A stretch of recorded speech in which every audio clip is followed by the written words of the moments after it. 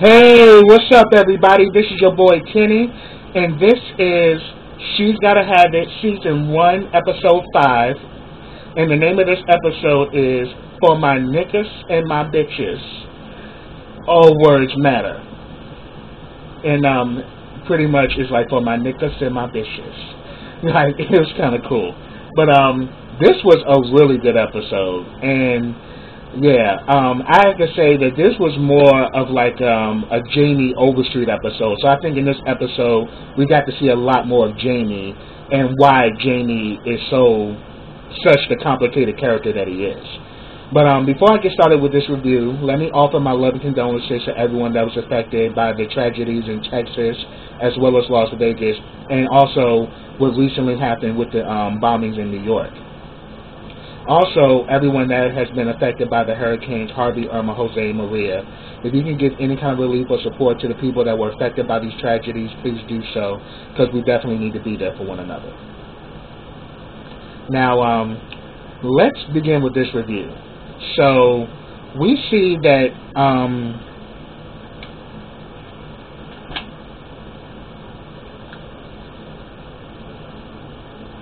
oh yes, and so yeah, we see in this episode that Nola is kind of, feeling some kind of way since, Opal has cut her off and has decided to move on. And we also found out in the last episode that she actually is now in the second round for that grant, because she pretty much the picture that she did of Sameka, she's actually gonna submit that, as part of this competition, and she wins a $15,000 grant if she wins. But now she's in the second round, so she's happy about that. But then is kind of feeling some kind of way about, how things ended between her and Opal, because she really liked Opal. But again, as I said, Opal a grown ass woman, and she ain't got time for the bullshit. So we actually see that now Nola has ended her cleanse, and she's now back to smoking her weed, and we actually see that she's also working on some of her stuff, as far as what she's trying to do for the competition, but also working with her class, because she's actually connected with her students. And we actually see that, she actually does this thing where she wanted the students to paint whatever, pretty much paint, a portrait of expression, because she wants them to express themselves, because she's expressing herself through her art. She wants the children to do the same, and they all do these paintings. But the one that stuck out was by this girl named Reggie, and Reggie actually did a portrait of herself as Little Kim, the hardcore photo. You remember the photo where, Little Kim is squat down and she's got like the bikini? She pretty much did that painting, but instead of painting Kim's face, she painted her face in Kim's place. So when Miss Rockaletta Moss came in and saw the art, and she saw that rung some alarms for her, because it's kind of puzzling. Why would she put herself, in that situation? Why does she want to be Little Kim and hardcore? But then again, it kind of shows that Reggie's kind of smart, because Little Kim and that hardcore album was way before her time. That was like in 95 or 96 when that came out. So, so it really shows that she's smart. But then also, why would she want to put herself? Why is she putting herself in that position at a young age? What is going on in her head where she would paint that? But the thing is, Nola loves it because she sees that Reggie is probably the most expressive person in her class. But Rockaletta Moss is kind of like, we need to have a conversation, because we need to get to the bottom of this. And Nola kind of blows her off, because she gets a text from Jamie, and she pretty much says, okay, well, we can talk about this, tomorrow or whatever. And she runs out, And the next thing you know, we see that she is literally screaming because somebody is definitely, tasting her box, and she is loving every minute of it. And then all of a sudden she's like, "Oh, Mars!" And then we see, all of a sudden he's like, "Mars?" And then we actually see it's Jamie. So Jamie is down there eating the box, and she called him the wrong name. Now, Miss Nola, darling, you obviously doing too much out here in these streets that you don't know how to keep your tricks together. Because you ain't never supposed to call your trick by somebody else's name. But she played it off. She's like, "Oh, the way you were doing that, take me to Mars, take me to Pluto." And I was just like, "Oh, bitch, that was cute. You played it off very well." And if anything, she pretty much said, so pretty much it was so good to her that it brought her to tears. He literally gave her an orgasm. So let's just say Jamie you definitely know how to work his mouth. So we definitely know that about Jamie now. And he got her. But then again, she called him the wrong name. And then, pretty much they started having a conversation, and pretty much he was saying, pretty much he's saying that, I wish that, they started talking about like his life and everything like that, and I wish things weren't so complicated, but Noah was like, "Look, you got a wife, you got a situation, it is what it is." But then Jamie starts kind of playing that thing like, "Yeah, wouldn't it be great just then he's like saying that. Then he starts telling Noah, like, "Yeah, but wouldn't it be great if you were the only one in my life? And I was the only one in your life?" And I'm like, "Jamie, there you go with that bullshit." And Nola didn't even answer it. She immediately starts pulling out the weed and starts smoking. And then he's like, "Oh, I don't smoke Sheba." Huh? Sheba? Really?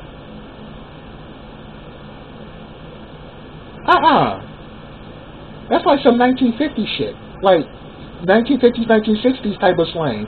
Like, I don't mess with Sheba, you know that. I'm like, really? I'll probably have been okay if you called it marijuana or reefer. But Sheba? Anyway, but I was just like, okay, but then, she says that he don't smoke it, but she can give him a gun. So she gives him a gun. And then, afterwards, they start talking, and they start talking more, and, Jamie opens up about his past, that he actually grew up in the hood, and that he had a tough upbringing. He had to fight for everything. He had to defend himself. He had to be, tough, and pretty much he makes a statement that I'm like a walking time bomb of undead memories. So that kind of brings an alarm to me. Like, what do you mean by that, Jamie? You mean to tell me that there's a possibility that you can snap? Because obviously you got all this trauma that you pretty much put behind you, but you haven't actually dealt with. So that was interesting. So that one definitely brought a light to me. But then he starts talking about his son, whose name is Virgil. And he is talking about his son like his son is like the sun in the sky. It is just perfect. He lights up his life. Because he's saying, oh yes, he is the smartest kid in his class. He's a straight A student. He's so bright. He's so intelligent. And he just makes me proud. Next thing you know, we get a clip. His damn son has done a video for YouTube where he's in blackface and whiteface, literally like a minstrel show. I mean, they literally took us back to Jim Crow with that shit. And the funny thing about it, he's the black kid and blackface and whiteface, and he's surrounded by other white kids doing the same thing, and the name of the song is My Nigga. So we see that, Virgil is talking, we see that Jamie is talking of Virgil like he's this perfect kid, like a kid who can do no wrong. On the other hand, we get a scene where Cheryl, who's Jamie's wife, is literally floored because she's watching this at work, and her colleagues are kind of like, we're so sorry for you, Cheryl. Is there anything we can do? And Cheryl's like, no, I got this. I'm fine. But Cheryl is heated because here it is. She's seeing her son literally, obviously, there's something going on there that your child coming out of a black home literally doesn't know he's black. Because here it is, he's talking about some my nigga, but ain't no niggas, but you the only nigga in the video. So here it is, you with these white boys, and y'all saying we niggas. Like, really? Yeah. Obviously, there has been, a lack of him understanding that he's black and what that really means. So we definitely got that. So we see that, on the other hand, Jamie is talking up Virgil like Virgil's such a great kid. I know he's going to go to Harvard and he's just going to just do great things. And while he's talking, his phone is going off. And Nola's like, aren't you going to answer that? He's like, oh no, it's just, business people. I'll deal with them later. But right now, I'm loving the time I'm here with you and all of that. And then next thing you know, Cheryl decides to start texting since he ain't answering the calls. She's texting, she's like, Jamie, I need you. Our son has done the unthinkable. What the fuck? Get your ass out here now. And so he pretty much just hauls ass because he just finds out there's something going on with their son. Get your fucking ass over here. So he hauls ass. Then we see a scene between the two of them. And let's just put it this way. Cheryl is a bougie bitch. Bougie as hell. And it makes me question what was Jamie's reason for marrying her, because I really do think, and this is my strong, I could be wrong about this, but I don't think I am. This whole marriage between the two of them was definitely, I would have to say, more of an arrangement, because obviously this girl comes from good breeding. And we just found out that Jamie was from the hood. Miss Cheryl, hell to the no. Miss Cheryl had the middle or upper class upbringing, because she was degrading the living shit out of Jamie. Like, my Virgil is not going to be ghetto like your sorry ass. Your ghetto ways and your hood antics are rubbing off on my child. And how dare you teach him this crap? And it's just crazy, because I'm like, yo, she is mean as shit. Because we saw the first episode when she came in the house and didn't even acknowledge his ass, didn't hug him or kiss him, went right upstairs and completely blew him off. But we see in this scene that there's more to it than that. What is it that's making her come off the way she is? Because she is giving straight bougie bitch. Like, I'm here and you're there. So it makes me think, did you marry Cheryl for the come up? Because that's what I'm seeing. Because we definitely know that as far as like his passion, we definitely know he has a lot of passion with Nola.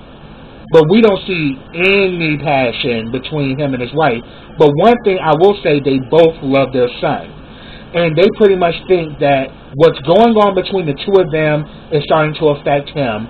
And it's funny that it took him to do something like doing this whole, Jim Crow performance. for them to realize that it's probably because their son's acting out, because their relationship is so complicated, because they're separated, but yet they live together. And Jamie and her go back and forth about that, and he's like, you know what? Why won't you even sleep in the same room? Why won't you even, sleep in the same floor with me? It's like I'm downstairs and you're upstairs. Like, why do you keep yourself from me? And she said because you were screwing other women. And she said women, like more than one. So I'm thinking, Jamie, you want Nola to be all about you, but then again, is Nola the only one you're talking to? Because according to Cheryl, he has multiple women. So I'm thinking, oh, this is interesting. But she's over it, but then they finally, this whole time they've been going back and forth, they kind of, come to an understanding. She's like, look, I really want you to be there for our son, and he shouldn't be the one suffering because of this. So we actually see the two of them come together when it came down to their son. But then she kind of sniffs him like, what is that? Is that your new cologne? I don't like it. And he's like, well, I don't care. I mean, boundaries, right? And I'm like, you cold ass. So you mean to tell me you went around her smelling like Nola Darling? Dude, you ain't even have enough. You don't even have enough gumption to keep some cologne or some good fresh up on you after you done did what you did. You literally came around her smelling like another woman. Like, I'm like, Jamie just gives no fucks. Seriously.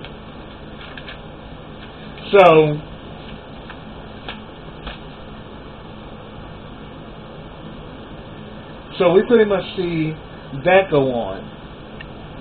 Then we actually get a scene. I'm actually going to talk about Shemeka separately, but I'm definitely going to get to her because her situation was crazy. But we actually see that they pretty much go to the dean, and of course Cheryl is shooken up. She's like, "Oh my God, what did the other parents say about this?" The dean was like, "None of the other parents called me. You're the only one that's made a complaint." And of course, Jamie's like, well, you would understand why we would make a complaint about this. I mean, this is not only disrespectful to my race of people, but it's actually very degrading. And, what would prompt them to do this anyway? And he lets them know that it was a part of their school assignment that they had to do an expressive video and post it and make it viral. And he says that your son had the best video out of his entire class. And it's gotten over 500,000 views on YouTube. So I don't see what the problem is. I mean, obviously people love it. Your son is getting a lot of notoriety because of it. So why do you feel some kind of way? And that definitely, rocked me too. So you mean to tell me this whole racist concept is okay as long as it's popular? So Jamie, I think in this situation really came to life, and I was like Team Jamie at this moment, because Jamie's like, okay, so how would you feel instead of my nigga, it was my chink, or if it was like my chink, or my cracker, or my chink, or worse off, my faggot. How would you feel then? And then he was kind of stuck for a minute because he was like, but then Cheryl stepped in. She's like, oh, I actually have a friend that I went to law school with. She actually works for the New York Times. I can give her a call and tell her about this story if you want. We'll see how popular this whole situation is now, of the fact that parents came in here discussing, racial intolerance, and you said it was okay because it's popular, we're not going to do anything. Oh, that immediately changed the dean's tune. The dean was like, oh, okay, well, I will have the video removed and everything, and I do understand where you're coming from, Mrs. Overstreet and Mr. Overstreet. Black Lives Matter. And my father marched with King. Man, Jamie looked him up and walked the fuck out. I was like, there you go, Jamie.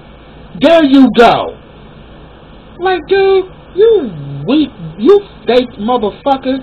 You up here was okaying this shit, and then all of a sudden when Cheryl checked your ass and said that she was going to ruin the school's reputation, because they're paying $40,000 a year for Virgil to go to that school. There's some people who don't even make that a year, and they're paying that just for his schooling.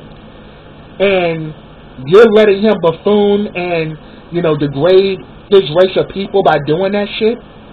And all of a sudden, it took Cheryl to check your ass for you to be, oh, well, Black Lives Matter, and my family marched with King. That doesn't mean that you like black people, boo-boo.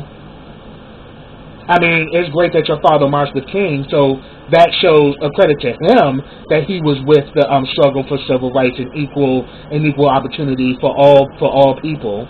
But you literally just went backwards than your dad, and you wanted to use that as a pass. Oh, well, I really don't dislike black people. Black Lives Matter. I wouldn't have shook his hand either. So I'm like, bruh, no, you literally just blatantly disrespected my race of people, and then now that you got called, now you want to backpedal and sing a different tune. Well, I'm sorry, I'm listening to brand new music, and I ain't listening to that old foot shuffling bullshit. So I was all here for Jamie, not for Jamie, you know, completely dissing him and walking out of there. But she shook his hand, so pretty much she was like, okay, I got it done. Then, now I'm about to talk about Shemeka. Now, Shemeka, as we know, she got the money from Winnie to get, you know, her, to get her procedure, to get her ass injections. Tell me why this bitch is getting this at some slum-ass motel, and the woman that's doing it is Lady May, and tell me why Lady May's ass looks like a damn diaper. So, boo, you getting fucking butt injections from someone who's not even a professional, but then on top of it, her job looks horrible.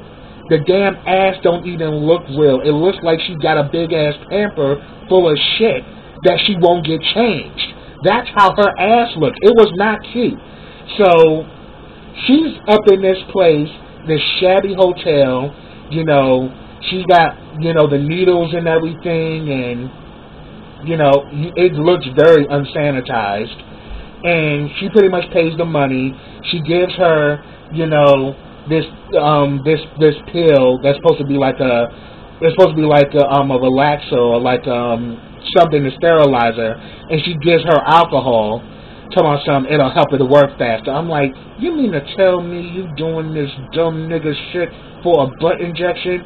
Now, if you was going to do this shit, Shemeka, you should have fucking consulted a professional and got a professional job done. I'm not against people making, people who want to, get injections or want to do those things. But if you're going to do that, check with a medical professional. Don't be doing this, in the back of the market type bullshit, because you can really hurt yourself.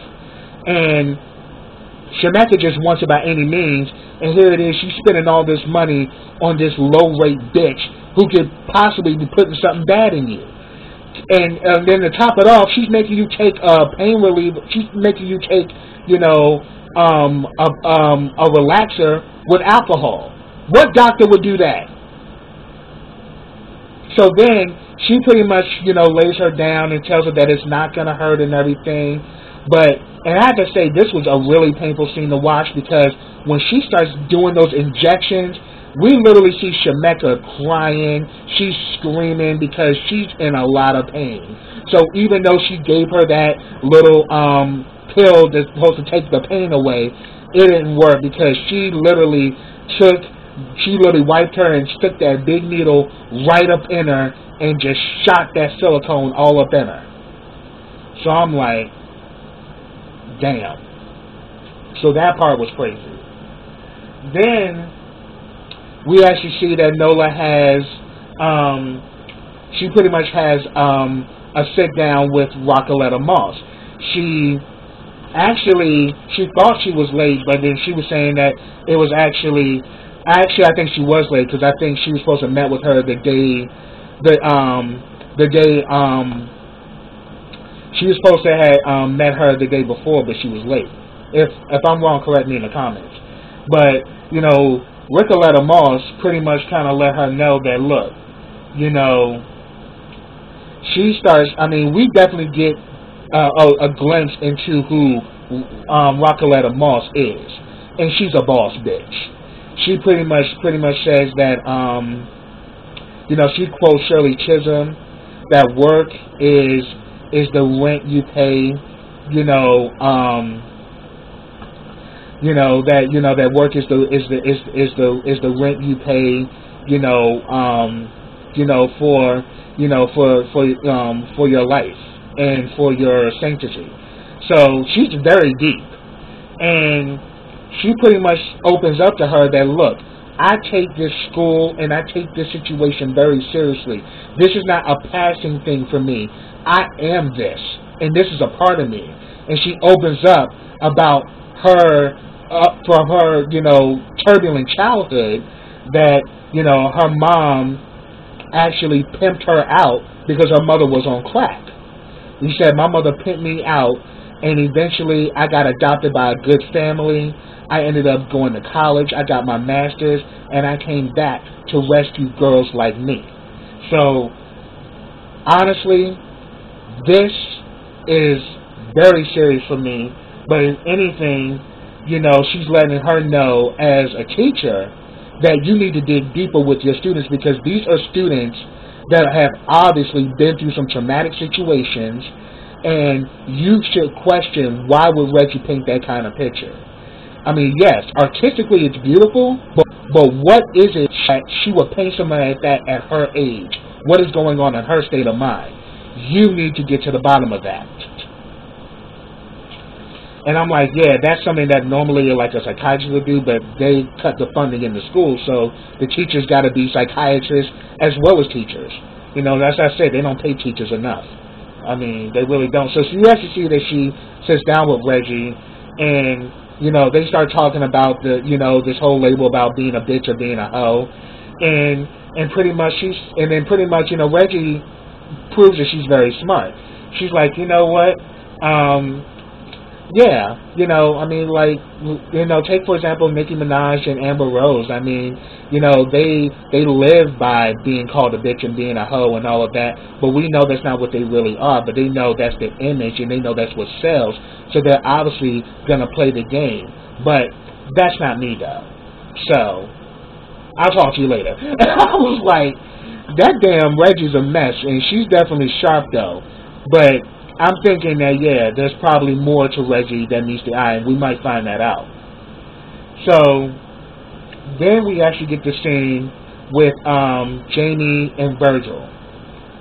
And pretty much we actually see Jamie in this role as a father, and I can honestly say, yeah, Jamie's got some issues, but he loves his son, and he pretty much was like really disturbed, and he let Virgil know that this whole thing, nigger, like, that's not anything great, and it doesn't glorify us as a people.